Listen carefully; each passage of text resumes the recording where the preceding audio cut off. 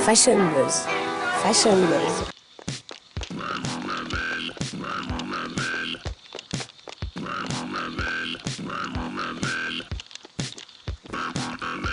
Je n'ai besoin de personne en Harley Davidson. Si vous confondez toujours le trekking et le legging, la parka et le trench, la cape et le poncho, si vous ne savez pas encore que le bleu marine se marie parfaitement avec le noir, et si vous aimez la mode, Fashion Buzz est là pour vous sauver. Sur Fashion Buzz aujourd'hui, on fait notre shopping dans le backstage d'un photoshoot de mode. Coiffeurs, stylistes et maquilleuses nous livrent la tendance. Wided Anwa, créatrice montante, nous dévoile les premières esquisses de sa nouvelle collection. Et on repère la modeuse qui nous raconte son look.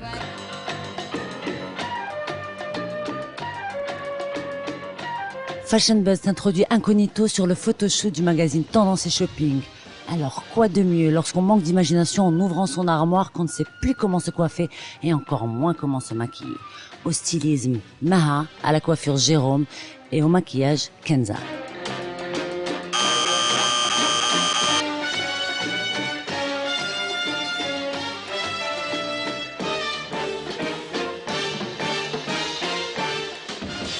Aujourd'hui, nous sommes en shooting pour le magazine Tendance et Shopping dans le studio de Inchawat, photographe. On a décidé aujourd'hui pour le look d'Inès de donner un thème 60s pour mettre en valeur les vêtements dans toute leur sobriété. Donc donner du volume, donner de la matière, en respectant un côté strict et classique. Classique ne veut pas dire ennuyeux et strict ne veut pas dire austère. On aime l'effet glam des rouleaux sur la tête. Donc pour le maquillage, on a fait un maquillage naturel, ce qui est la tendance automne-hiver 2010-2011. C'est un lumineux, donc une lumière au centre du visage, creusée au niveau des joues, retravailler le visage pour que ça soit plus harmonieux. Au niveau des yeux, j'ai procédé à mettre des cils. Des faux cils, cils par cils, donc individuels. Les faux cils, c'est le truc que l'on n'arrive jamais à poser soi-même. Alors vous avez vu l'astuce, la pince à épiler. Plus le mascara bien travaillé, ça redonne de la lumière, ça redonne du regard à la personne. Et j'ai remis un petit crayon blanc à l'intérieur. C'est très joli, c'est naturel. Après, j'ai brossé juste les cils. Un petit blush, un gloss naturel. Ça donne son effet glamour naturel.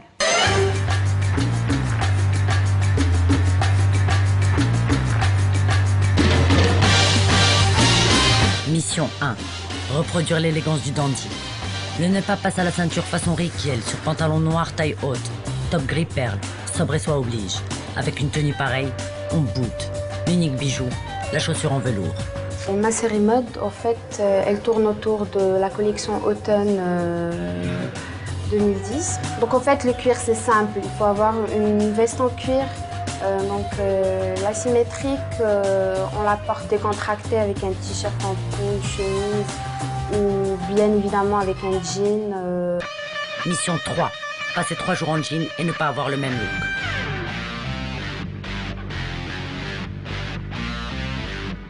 Mission 4. Aller à un casual cocktail entre amis et avoir l'air bébé. Blasé bohème, en oriental touch, gilet brodé, bustier en dentelle et chaussures à lacets, beaucoup trop hautes. Mission 5. Se relever d'une aventure. Vous attirez l'attention pour que l'on soit au petit soin avec vous. Baroudeuse des villes en poncho revisité et derbys bicolores, n'en faites pas trop ou vous serez repérés.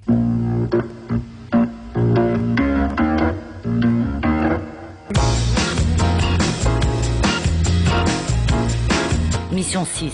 S'envoler en emportant son totem. Après avoir fait croire que vous étiez une fille comme les autres, vous voyagez léger avec cet unique bijou qui pourrait presque se passer du jean.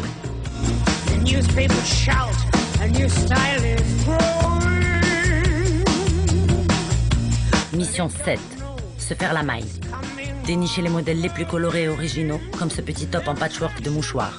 On sort la paire de lunettes vintage et on se donne un petit côté faussement sage et réellement 60s. Voilà Emma Peel. Fashion Buzz. Mission 8.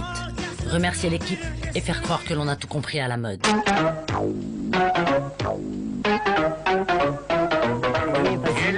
On a entendu dire que Wided Anwa préparait sa nouvelle collection.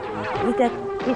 Nous, à Fashion Buzz, on est bien trop curieux et on veut tout voir et tout savoir sur la petite main qui écrit, découpe et dessine. Bonjour Wided. Alors, j'ai grandi à Casablanca. Quand j'étais toute petite, ouais, je rêvais déjà d'être styliste. C'est venu assez jeune, étant donné que mes parents déjà étaient dans le milieu, plus ou moins dans le textile. Je gribouillais des petites choses, c'était rien d'extraordinaire. C'était plus de la customisation de vêtements, c'était plus aller couper une jupe pour en faire un sac ou un t-shirt pour en faire un short.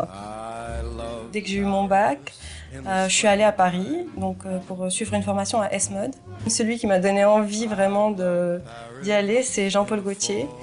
Mes créations sont très très différentes de ce qu'il fait, mais c'est vraiment cette capacité de renouveau à chaque fois, d'explorer des nouveaux univers. Quand je prépare une collection, ça commence déjà par une recherche. Ça peut partir de n'importe quoi, d'un objet trouvé, ça peut partir de photos. C'est vraiment quelque chose dont on a envie tout de suite. Par exemple, pour la collection que je prépare pour l'été prochain, je suis partie sur une histoire de gladiateurs, un peu de femmes très fortes. C'est un peu mon univers. Je pars de tout ce qui est costume de gladiateur, tout ce qui est pièces métalliques, etc. Et à partir de ça, les drapés vont s'en ressentir, toutes les broderies, les cloutages. Tout part normalement d'un point central et puis tout va se décliner autour de ça voilà, à l'infini. Je pense qu'une femme est sublimée dans un vêtement qui lui va, dans un vêtement où elle se sent à l'aise d'abord. Bien sûr qu'une femme en belle robe du soir, c'est beau, mais une femme dans un fourreau magnifique qui n'arrive pas à marcher dedans, qui se sent mal, je pense que ça perd tout son charme.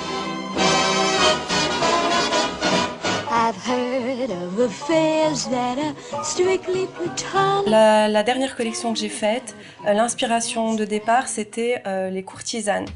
C'est toujours dans cet esprit de femme forte, femme-homme, parce que les courtisanes dans le XVIe siècle, c'était les seules femmes qui avaient accès à la culture, qui avaient accès au monde masculin. C'est vraiment des femmes qui avaient une importance dans la société, parce que c'était les seules qui pouvaient se mêler aux hommes.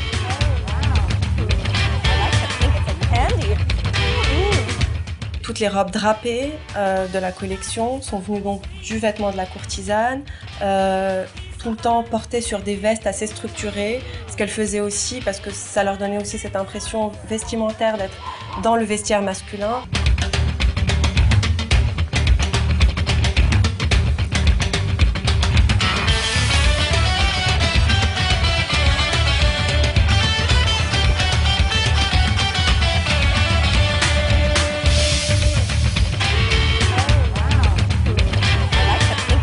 Quand on dit couture, c'est pas forcément importable, c'est juste des choses qui ont été faites main, dans des certaines conditions, qui sont faites sur mesure. Je préfère, surtout pour l'instant, rester dans le prêt-à-porter parce que c'est là où je pense qu'on touche vraiment les gens.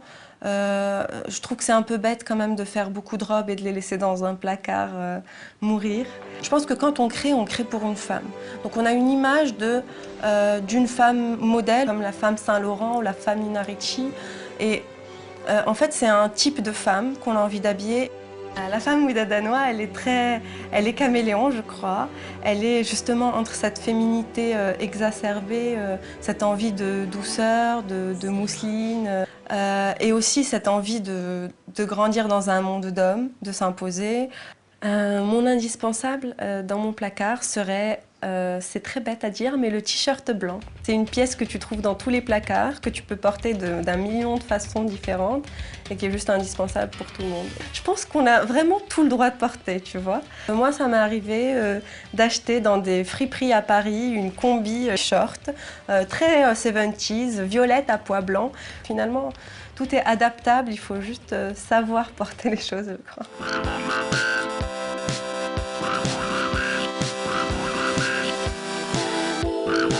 Bonjour. Bonjour Mimi. Bonjour. Mimi, on dirait que tu sors droit d'un défilé Jean-Paul Gaultier, alors tu vas nous raconter ton look. Merci. Je porte des bottines toutes sweetie que j'ai trouvées chez mon marchand à Bab Marrakech. Des collants de Marif sans marque. Le tutu, c'est un assemblage de tulle coloré que moi-même j'ai fait. Le t-shirt de chez ProMode. Et puis ma veste, c'est une copine qui me l'a ramené de Suède, c'est H&M. Et ton chapeau, Mimi, il est magnifique, ton chapeau tourne la tête. Alors mon chapeau par contre, celui-là je l'adore. Et celui-là aussi, c'est moi un peu qui l'ai customisé. Et mon petit sac, celui-là, il a été chiné dans un souk.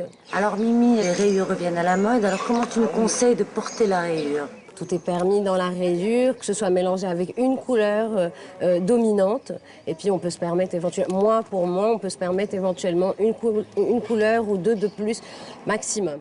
Et la veste officier, est-ce qu'elle est encore tendance ou est-ce qu'on la range au placard? La veste fanfare, la veste officier, toutes ces espèces de vestes un peu vintage qu'on a eu, qu'on a mis au placard pendant un petit moment, là elles reviennent vraiment en force. D'ailleurs sur tous les podiums des grands créateurs, on a vu la veste fanfare de Balmain, on a vu la veste officier chez Galliano.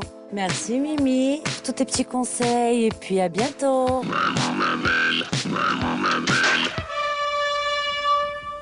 She's fantastic. I knew she'd be a star. She could be great. She could be a major star. She is a star, Jordan. Madonna ne se contente plus de chanter, on le savait. Elle pose pour la dernière campagne de Dolce & Gabbana, on le savait aussi. Et elle passe désormais à la vitesse supérieure. La chanteuse devient réalisatrice de cinéma et adapte sur grand écran l'histoire d'amour du roi Édouard VIII d'Angleterre. Le film qui s'intitulera W.E. promet d'être haut en costume. C'est à Adriana Phillips, la styliste de ses tournées depuis 10 ans, que la star a confié le costume design du film en tournage entre Paris et Londres. Material Girl, c'est le nom de la collection de la Madone, disponible depuis cet automne au grand magasin new-yorkais Macy's. La chanteuse devenue designeuse nous promet une collection très teenage rock. Pour sa ligne de vêtements, elle s'inspire en effet de sa fille Lourdes, qui à 13 ans a déjà le style dans la peau. Et entre design et cinéma, Madonna signe le film de la campagne 2010-2011 pour la marque Miu Miu. Elle met remarquablement en scène 4 mannequins dans une chorégraphie ponctuée de pas chassés et de grimaces, le tout rythmé par un tube remixé de Boy George.